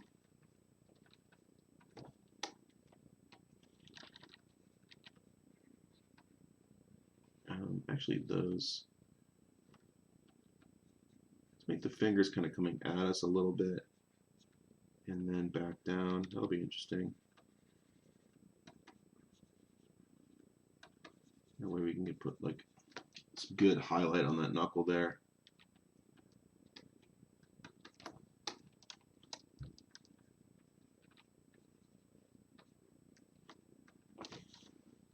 Oh my goodness, we're supposed to wrap this thing up. It's already 1 o'clock in the afternoon, Eastern Standard Time.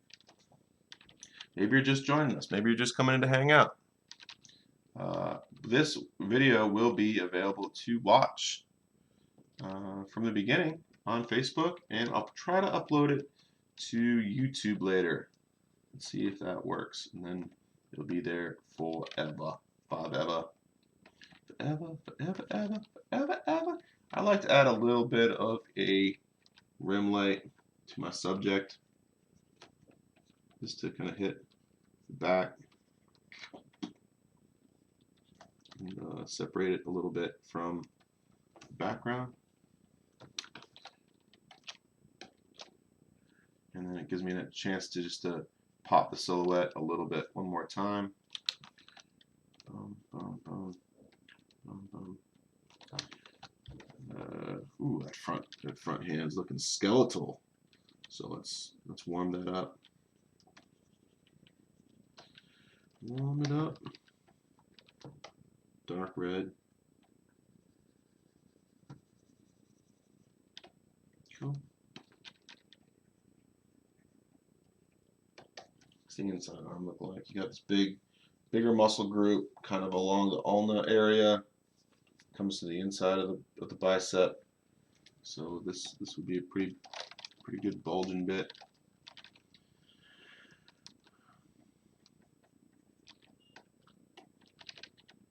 Thumbnail there.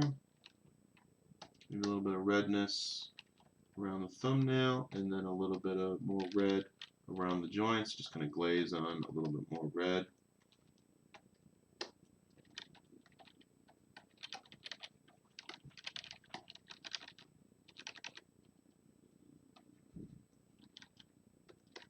Let's paint over the beard just a little bit. In reference, we have yellow, warmish color. Just do like a middle warm yellow, kind of at the mid and high areas.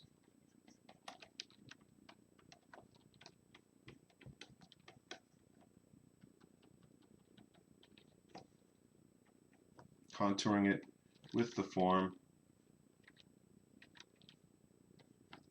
And then higher, just a little higher still. Thinking about what direction the light's in, which is off to the right.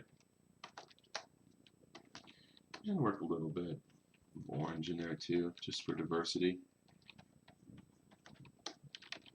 You don't want it to match the skin tone underneath because that will compete with that.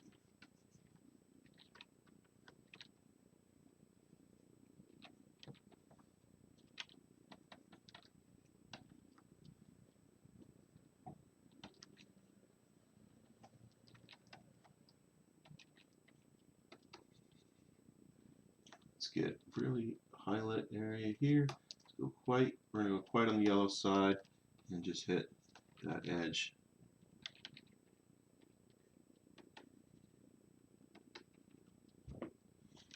Get our eraser, erase the outermost edge there. Cool. Chisel. Super Dustin has been on that Chris Pratt workout routine. 300 push-ups a day. Look at that stubby man.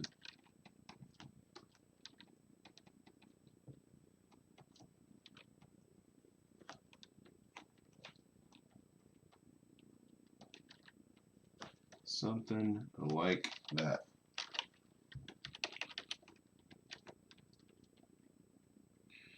So I didn't get to paint in all the little details. You might just come and hit those real fast with our brush. And I think this just about does it for the stream today. We accomplished so many things. I'm just going to put a little wood grain in here.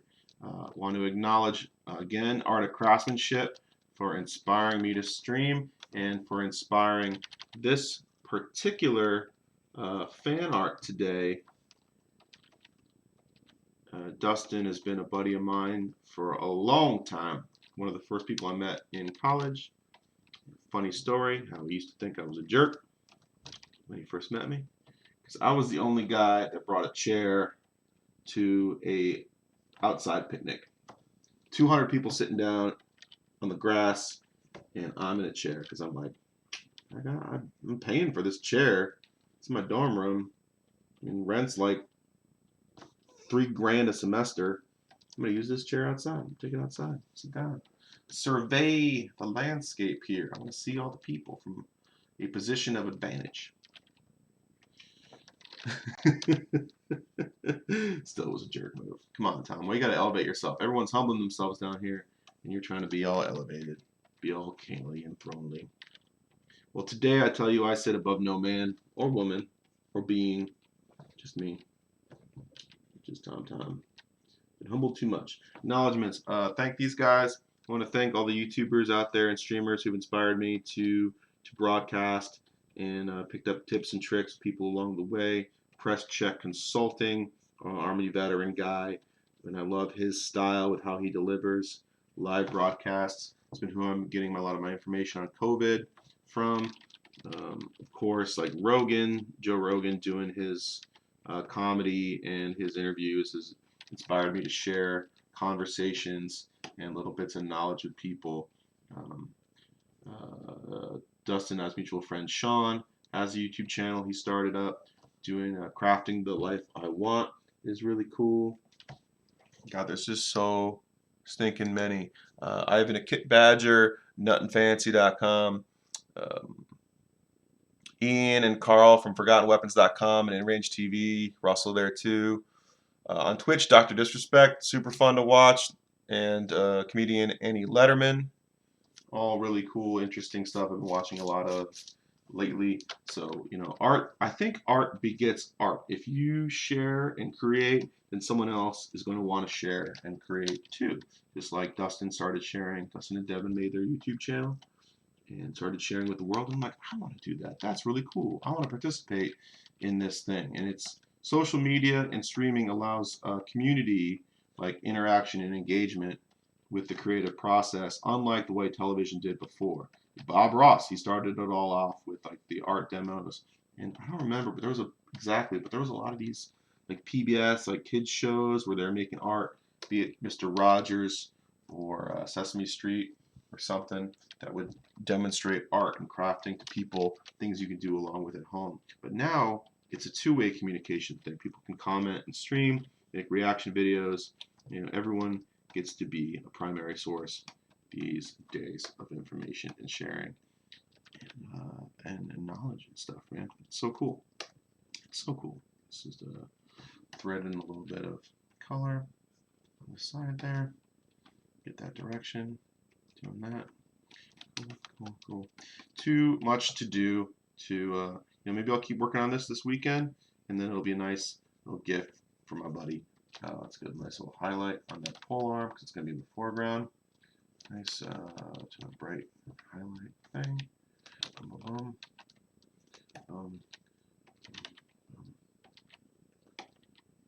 Pressure sensitivity, just great. You can glaze stuff in. Do it how you want. I'm going to make the edge of this a little bit darker as it gets further away. Let's go 30%. Let's go multiply. Let's pick a cool blue, and we're going to just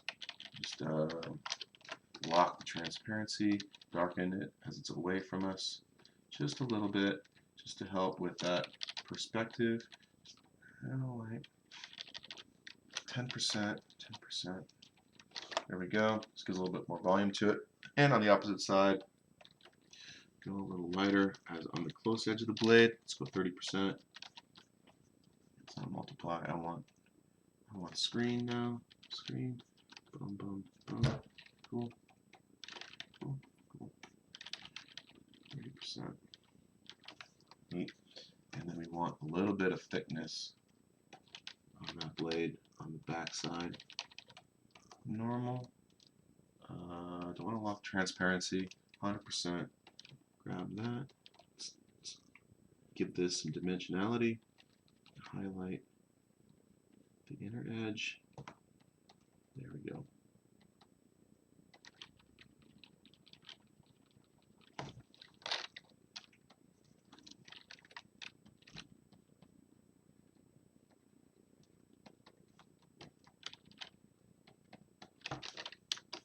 All right, let's check the levels on this. Pretty good. Our a majority of our color and brightness is in the lower third. That's fine. You know, there's nothing at the white level, which is also fine. We just hit a little bit, that gets to the lightest level. And I'm feeling pretty good about that. Could definitely tweak, could definitely shade the arms to be maybe a little darker, a little bit redder at the bottoms, and this to be a little bit brighter as it comes towards us, a little bit higher contrast in that hand and that knuckle. We want a little bit more bright, light to dark, so that it pops up out at us. But this is pretty good. Maybe the back arm is just a little bit, like 20% kind of dimmer than the front arm.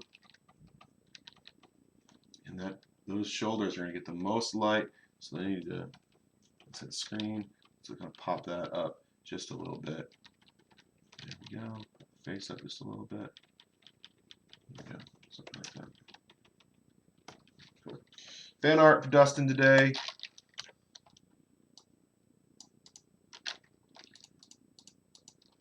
Let's get rid of this sun thing. We don't need that right here. Boom.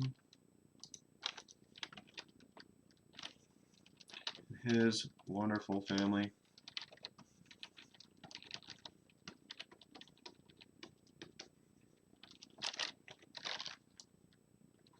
Didn't even get to the boots, but that's okay.